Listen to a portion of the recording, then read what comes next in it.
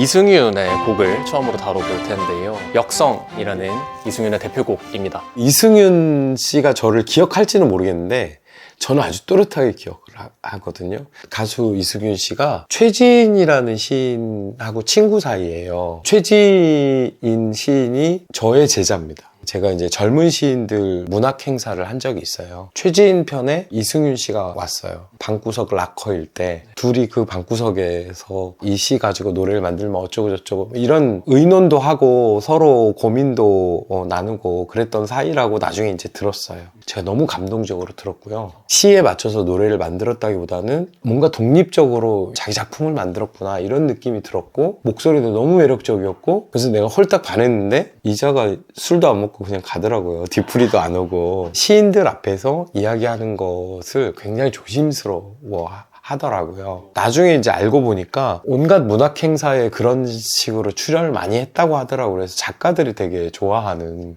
가수였더라고요. 그러고 나서 이제 싱어게인에 나왔는데 내가 알던 이승윤의 그 수줍은 모습은 전혀 찾아볼 수 없고 너무 멋있었어요. 그래서 계속 처음부터 끝까지 응원을 했는데 좋은 결과를 얻어서 이렇게 인기 많은 가수가 돼서 너무 좋습니다.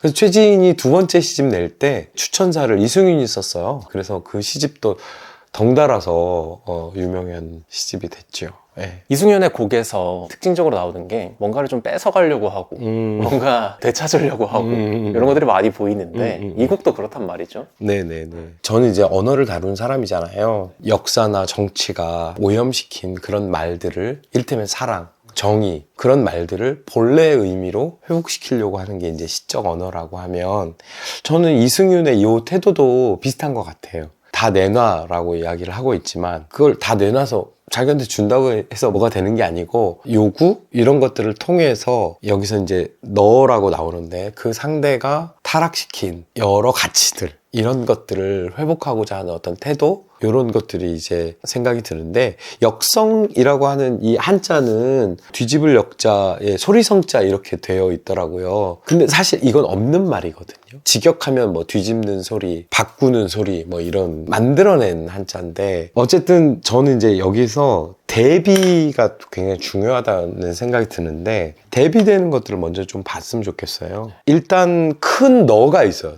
내가 저항하는 어떤 대상인 거죠. 너는 무엇들과 연결이 되어 있냐면 왕관을 쓰고 있고 색이 바랜 숲을 따위는 취급하지 않는 거죠. 창창하고 선명하고 그런 푸름 혹은 그런 청춘들만 취급하는 거예요. 그 다음에 찬란함과 연결이 되어 있어요. 궤변들과도 연결이 되어 있어요. 그 다음에 결정적으로 지금 이게 이제 음악이니까 주선율과 연결이 되어 있어요. 그러니까 말하자면 너라고 하는 대상은 우리가 살고 있는 세계의 권력일 수도 있고 또는 주류 이데올로기일 수도 있고 그런 것들이 가지고 있는 이미지들 이런 것들을 다 가지고 있는 거죠. 왕관도 쓰고 궤변도 늘어놓고 자기가 주류라고 생각하는 것들을 끝까지 갖고 가고 그에 비해서 내가 속한 집단이라고 생각되는 곳의 처지는 어떻냐면 여태 쓰고 있는 왕관에서 부식됐던 보석들 그것을 메우려고 우리는 그렇게도 빛났어 라고 하는 구절이 있거든요. 부식됐던 보석들을 대체하는 존재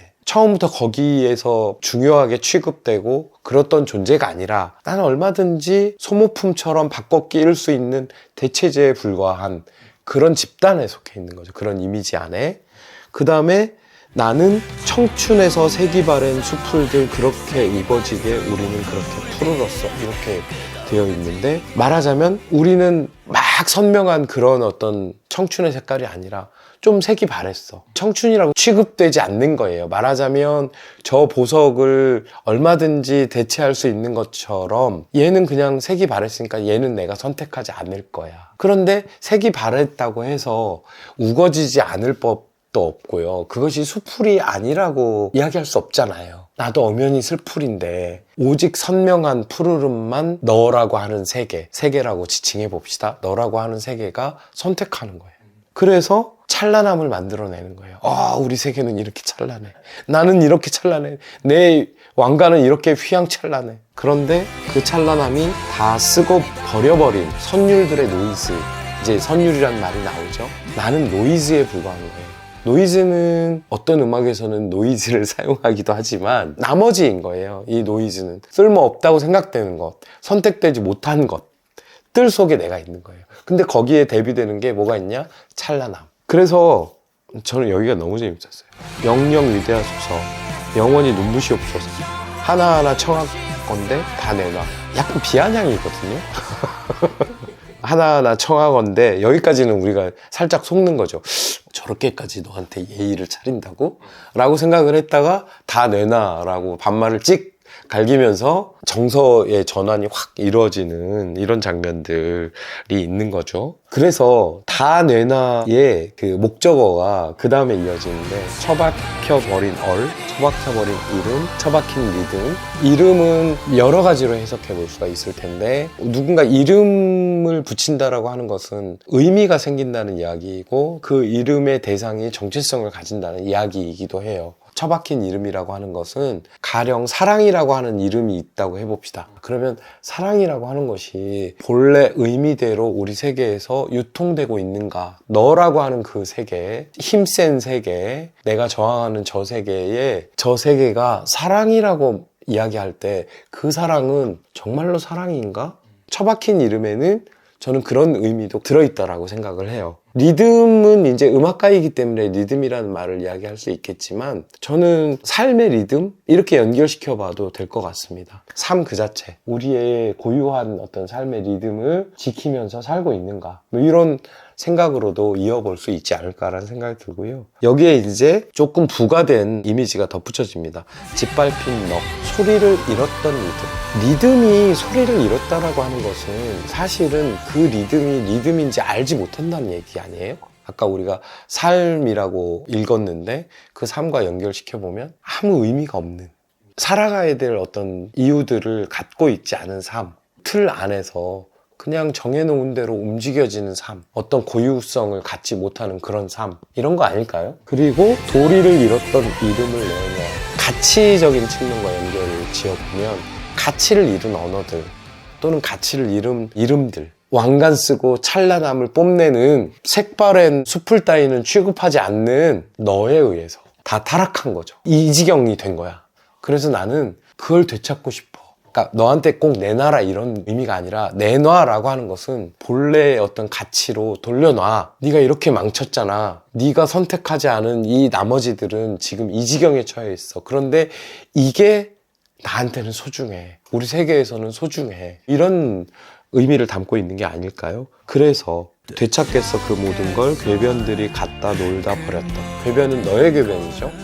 저는 여기서 이제 너를 어떻게 상정할 것인지를 좀 이야기를 해보면 좋을 것 같은데, 이를테면 시의 입장에서 보면 시가 다루는 언어를 타락시키는 것은 역사와 정치입니다. 그래서 여기서도 이 궤변이라고 하는 것은 역사와 정치의 궤변일 수 있어요.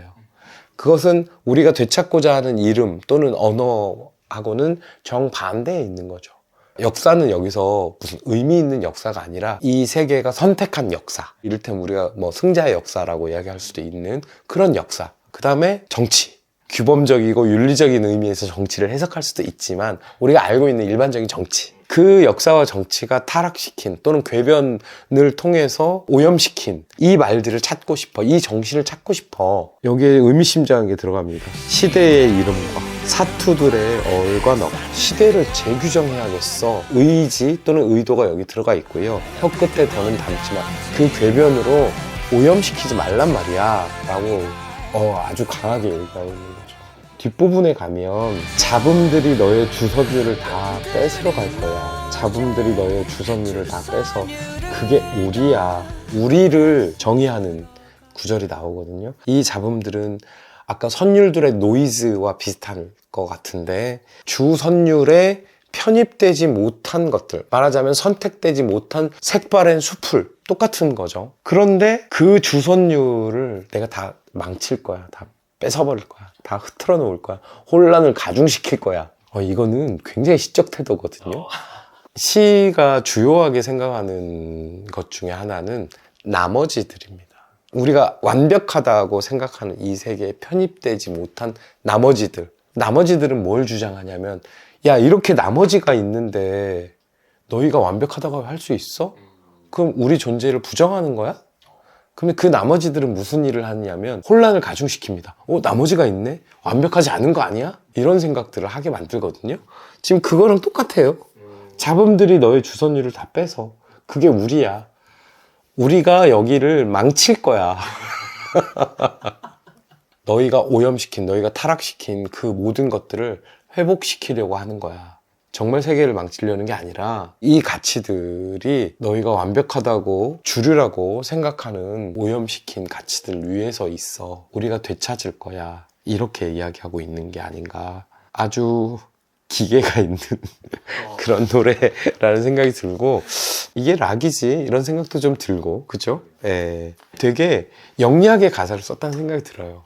되게 협소하게 보면 어떤 정치 권력에 관한 이야기일 수도 있는데, 조금 확대해서 놓고 보면 세계 그 자체에 대해서 음악을 포함한 예술이 어떤 태도를 지녀야 되는가를 아주 잘 보여주는 그런 거이지 않을까라는 생각이 들었습니다.